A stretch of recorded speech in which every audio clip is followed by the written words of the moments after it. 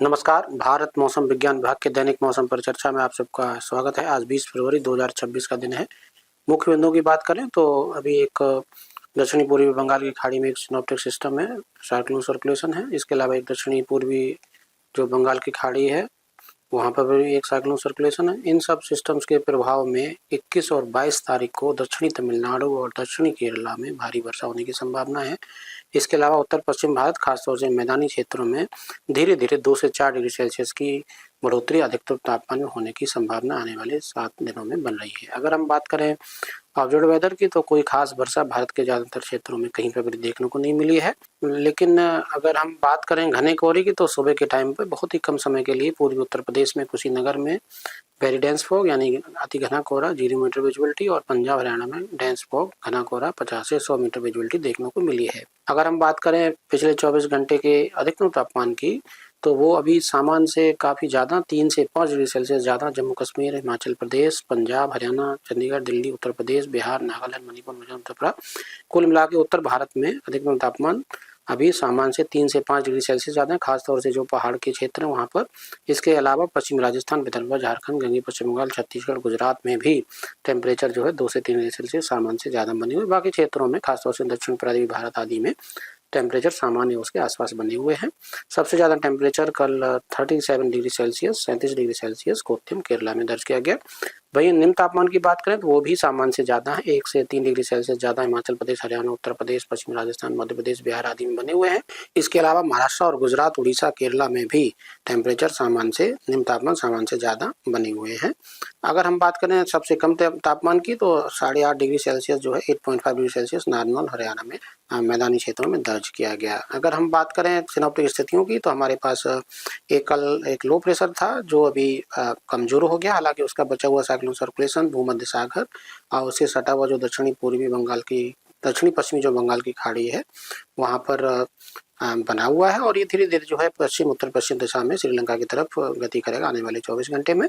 और एक दूसरा साइक्लोन सर्कुलेशन जो कि भूमध्य सागर और उससे सटा हुआ दक्षिण पूर्वी बंगाल की खाड़ी वहाँ पर बना हुआ है और ये साइक्लोन सर्कुलेशन के प्रभाव में आने वाले 2 दिनों में यानी 48 घंटे में जो एक निम्न दबाव का क्षेत्र बनने की संभावना और इसके बाद ये धीरे धीरे पश्चिम उत्तर पश्चिम दिशा में गति कर सकता है।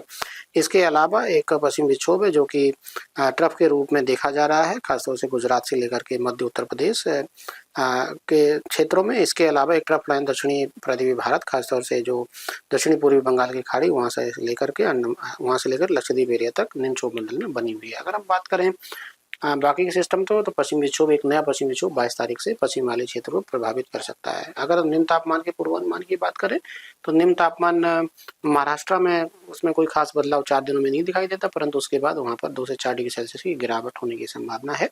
और अगर हम बात करें गुजरात की तो गुजरात में भी 2 दिनों में कोई खास बदलाव होने की संभावना नहीं, परंतु उसमें उसके बाद 2 से 3 डिग्री सेल्सियस की गिरावट हो सकती है। भारत के बाकी क्षेत्रों में निम्न तापमान में कोई खास बदलाव होने की संभावना आने वाले सप्ताह में नहीं दिखाई देती है। अगर हम बात करें अधिकतम तापमान की तो अधिकतम तापमान जैसा कि हमने बताया उत्तर पश्चिम भारत में आने वाले 7 दिनों में 2 से 4 डिग्री सेल्सियस धीरे धीरे बढ़ोतरी हो सकती है। वहीं अगर हम बात करें मध्य भारत की तो वहाँ पर भी टेम्परेचर जो है 2 से 3 डिग्री सेल्सियस की बढ़ोतरी आने वाले 2 दिनों में हो सकती है। उसके बाद कोई खास बदलाव वहाँ नहीं दिखाई देता है। अगर बाकी क्षेत्रों की जैसे गुजरात और महाराष्ट्र आदि की बात करें तो वहाँ पर टेम्परेचर धीरे धीरे 2 से 3 डिग्री सेल्सियस आने वाले 2 से 3 दिनों में बढ़ सकता है और उसके बाद वहाँ पर 2 से 3 डिग्री सेल्सियस की गिरावट भी उसके बाद 4 से 5 दिनों में हो सकती है।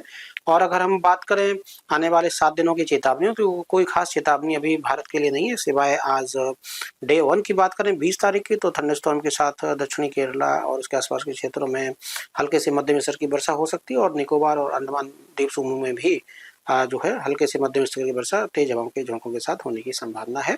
अगर कल की बात करें जैसा कि हमने मुख्य बिंदुओं में भी बताया दक्षिणी तमिलनाडु दक्षिणी केरला में भारी वर्षा 21 तारीख को होने की संभावना थंडरस्टॉर्म के साथ है। बाकी दक्षिणी जो कर्नाटक इंटीरियर आंतरिक कर्नाटक है वहाँ पर भी थंडरस्टॉर्म के साथ हल्के से मध्यम स्तर की वर्षा की शुरुआत हो सकती है। अगर हम 22 तारीख की बात करें तो ये स्पेल 22 तारीख को भी दक्षिणी तमिलनाडु दक्षिणी केरला में बना रह सकता है। वहाँ पर हल्के से मध्यम स्तर की वर्षा थंडरस्टॉर्म के साथ हो सकती है और भारी वर्षा भी दक्षिण तमिलनाडु दक्षिणी केरला में हो सकती है। बाकी अगर बाकी की क्षेत्रों की बात करें तो कर्नाटक में जो है थंडरस्टॉर्म के साथ हल्के से मध्यम स्तर की वर्षा संभावित है।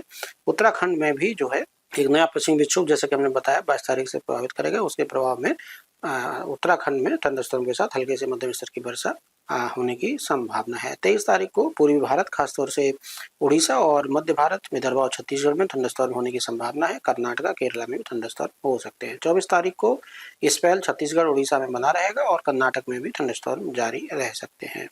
बाकी 25 और 26 तारीख के लिए अभी के लिए कोई खास चेतावनी जारी नहीं की गई। नमस्कार, जय हिंद, जय भारत।